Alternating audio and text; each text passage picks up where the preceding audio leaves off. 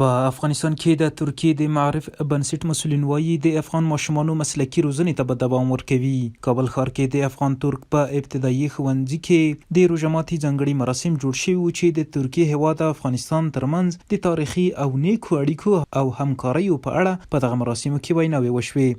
ترکیه معارف وقف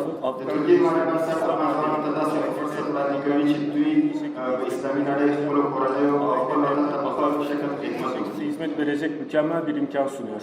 افغانستان د اسلامي امارت او د ترکیې هیواد دغه وروري او دوستانه لا پسې طولانی کې د ترکیې هیواد له لوی سفیر صاحب او د دوی د معارف له مسؤلینو نه د زړه له کومې مننه کوم. د افغانستان د اسلامي امارت د پوهنې وزارت د رهبري په نمایندګۍ د دوی د خدماتو نه چې د معارف په برخه کې له موږ سره کړي دي. د افغانانو بچیانو ته هر وخت یا په سختو شرایطو کې د زده کړو زمینه برابره کړې ده. الله جل جلاله دې د دوی هغه خدمات چې د زده کړو یا معارف په برخه کې کړي په خپل دربار عالیه کې قبول او منظور کړي. Herkesin Ramazan-ı Şerifini tebrik ediyorum. Bu mübarek Ramazan ayının hem Afganistan'a hem Türkiye'ye ve bütün İslam alemine hayırlar getirmesini Cenab-ı Hak'tan niyaz ediyorum. رمضان همه ایتان مبارکباد عرض میکنم. امیدوار هستم که رمضان امسالی بر افغانستان، بر ترکیه و تمام دنیای اسلام صلح و آرامش را به بار بیاورد. په دغه مراسمو کې د اسلامي امارت یو شمېر مسؤلینو او ترکیې هیواد ډیپلوماټانو او د افغان ترک د معارف مسؤلینو ګډون کړی وو چې د اسلامي نړۍ د پرمختګ په لارو چارو او د ماشومانو لپاره د معیاري زده کړو د زمینې په برابرولو ټینګار وشو.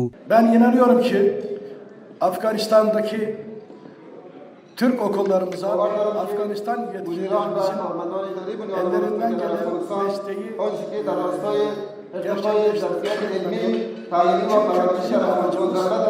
Türkiye Marif Vakfı به خاطر ارتقای ظرفیت علمی و به خاطر تربیت کردن فرزندانی که فردا به افغانستان مستر خدمت شود از هیچ گونه تلاش داریم نخواهند گزید. از همکاری همیشگی شما اظهار سپاس و تشکری میکنم. Hürmetle selamlıyorum. Allah'a emanet olun. Mavera Nehir'de başlayıp ادامه مدارس هستیم که از ماورا نهر آغاز کرد و با مدارس نظامی ادامه پیدا کرد و الی اکنون ادامه دارد. از شرق به غرب، از جنوب به شمال در هر جای دنیا میخواهیم انسانهای با فضیلت را تربیه بکنیم. erdemli, faziletli insanlar yetiştirmek istiyoruz.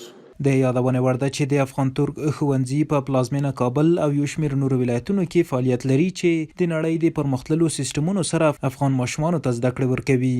هیوادوال غوښتنه کوي چې دغه ښوونځي د هیواد په نورو ولایتونو کې هم جوړ شي.